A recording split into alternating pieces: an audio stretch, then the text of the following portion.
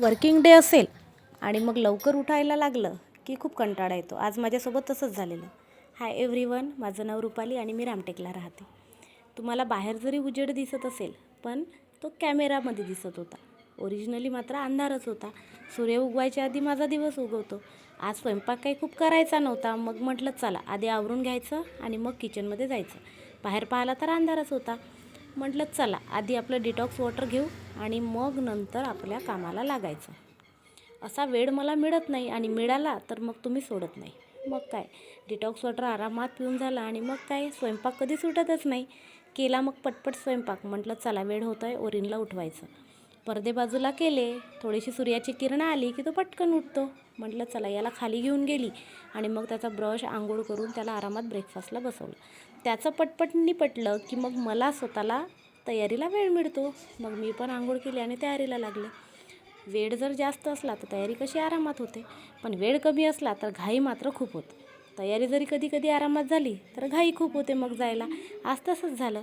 मग निघाली ना पटपट शाळेत जायला. काही गोष्टी सचिनला सांगितल्या ज्या करायच्या होत्या. सचिन हाफ ॲन अवर माझ्या मागून येतो. मग काय तर निघाले आपल्या ड्युटीला.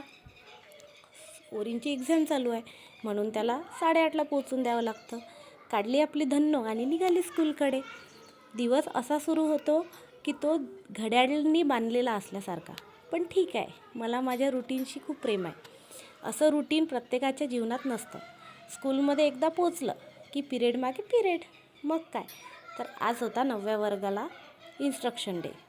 त्यांना मग भरपूर इन्स्ट्रक्शन्स दिल्या. जे टॉपिक कवर करायचे होते ते सुद्धा केले. आणि मग ही आहे आमची अटल टिंकलिंग लॅब. इथे मग लहान मुलं, त्यांना घेऊन थोडं डेमो दिला. मग लगेच शाळा संपली आणि ओरिनला घ्यायला आले. ओरिन मला पाहिलं की तुम्हाला माहीतच आहे, खूप एक्सायटेड होतो.